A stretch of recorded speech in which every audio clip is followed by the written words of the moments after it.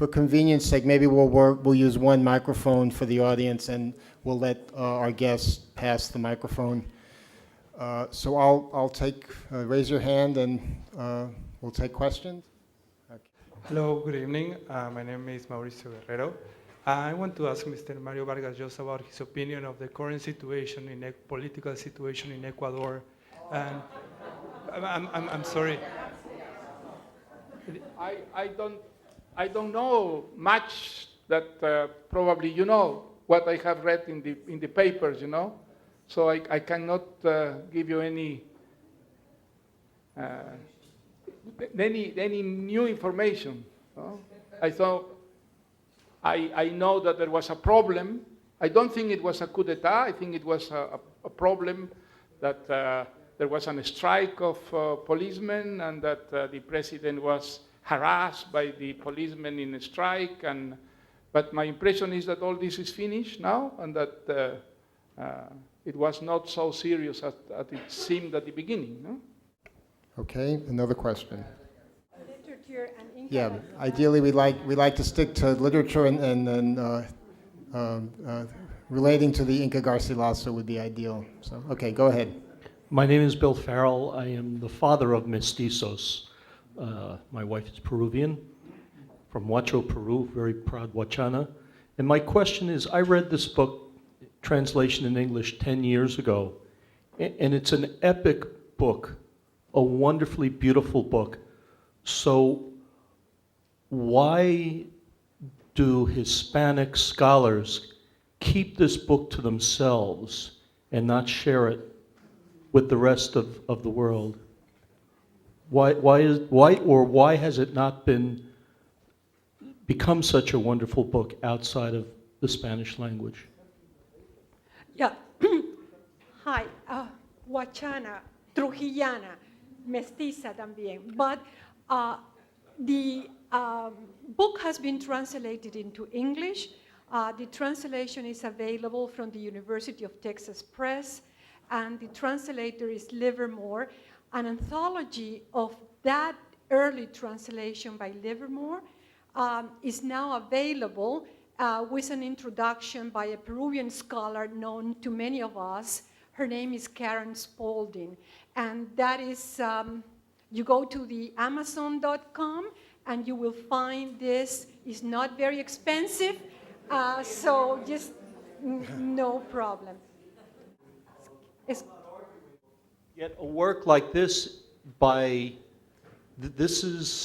I'm shocked that it's not such a well-known, received work as works from some of the other languages of Dante, for example. Well, this is a way of getting there. Just see how many centuries it took the Divina Comedia or the Book of Good Love, El Libro de Buen Amor, to become a classic. And we hope that you are here in 2017 to commemorate the publication of the second part of Royal Commentaries. And in between, I have a lot of friends here. I'm looking at them, Susan, Jane, Dan, Frank, Mario, who came forzado por Raquel, not even by the amor natural. I'm sad.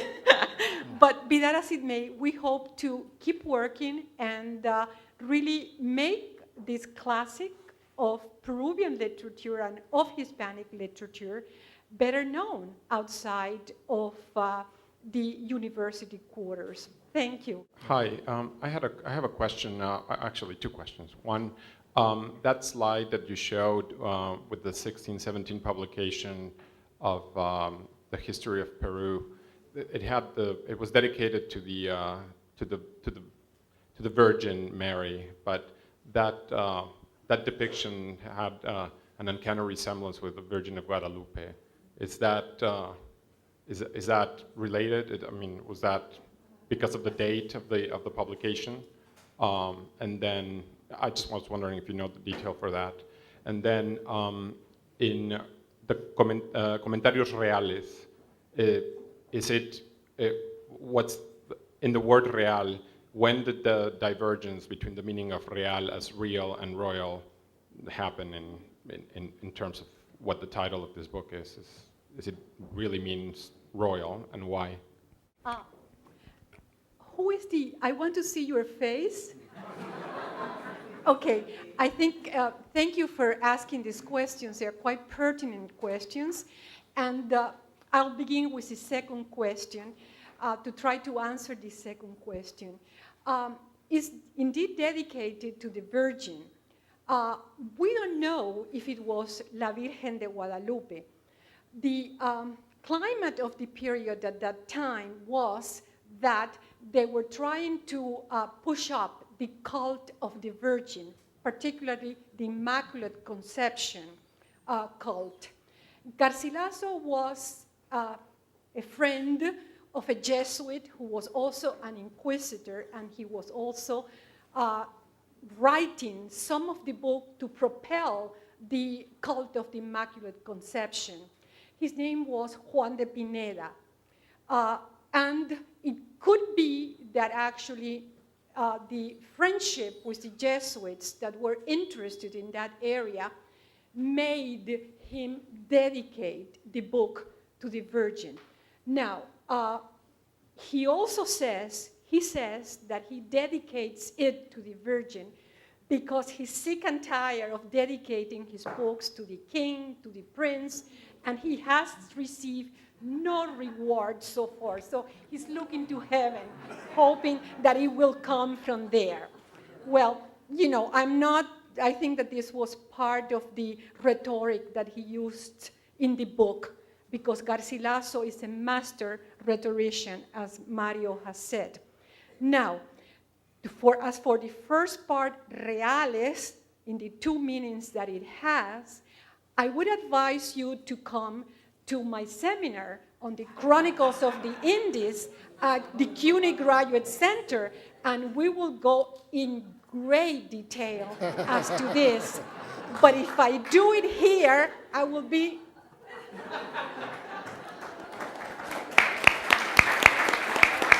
I'm also Peruvian from Lima, and I never read the Comentarios Reales.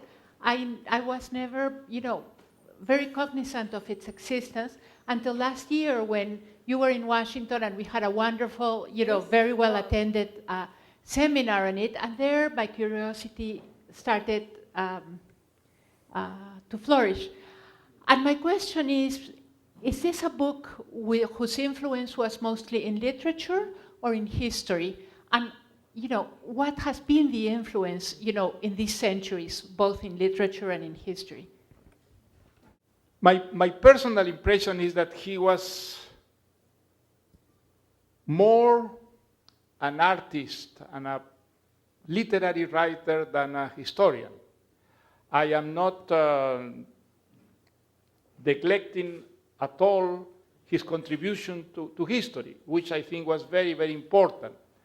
But I think he was even more important as a prose writer and a writer that used his imagination to tell history.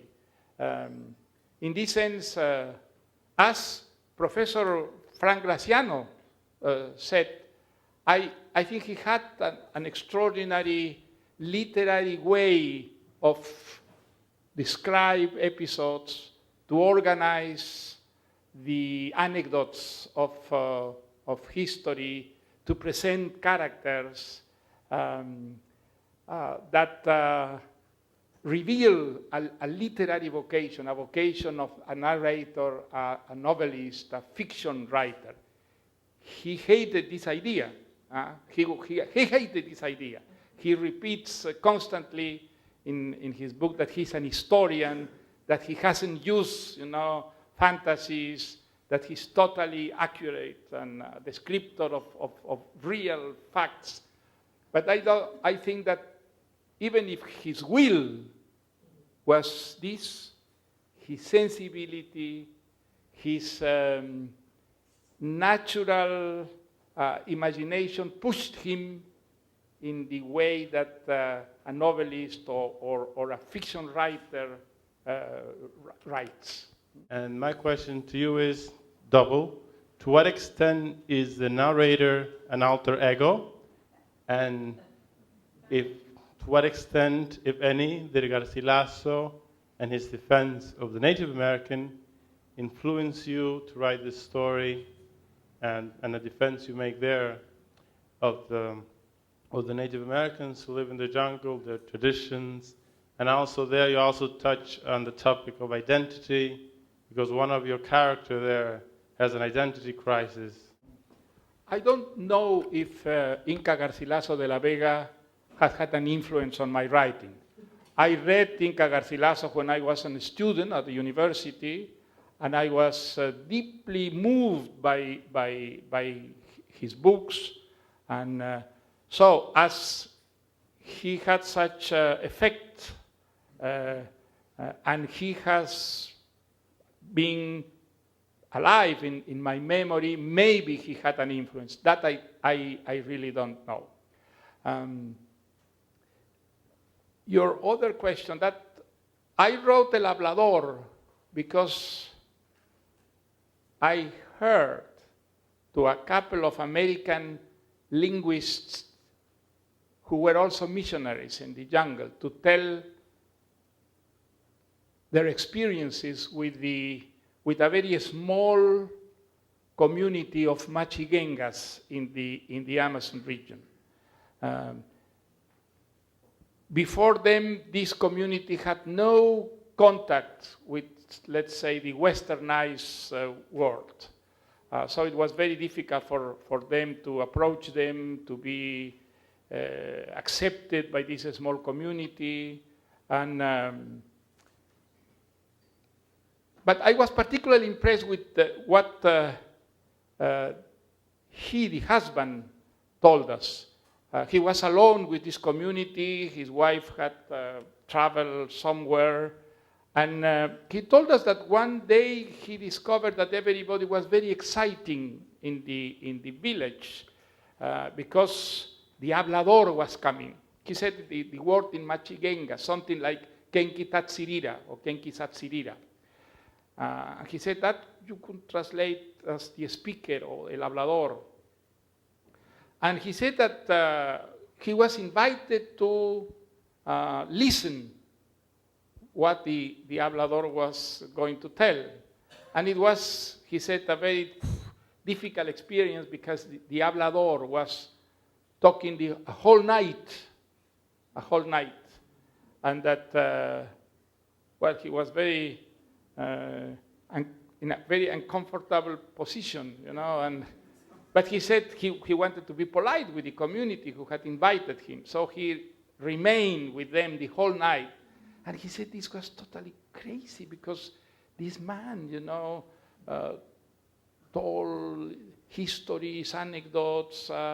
Sometimes it was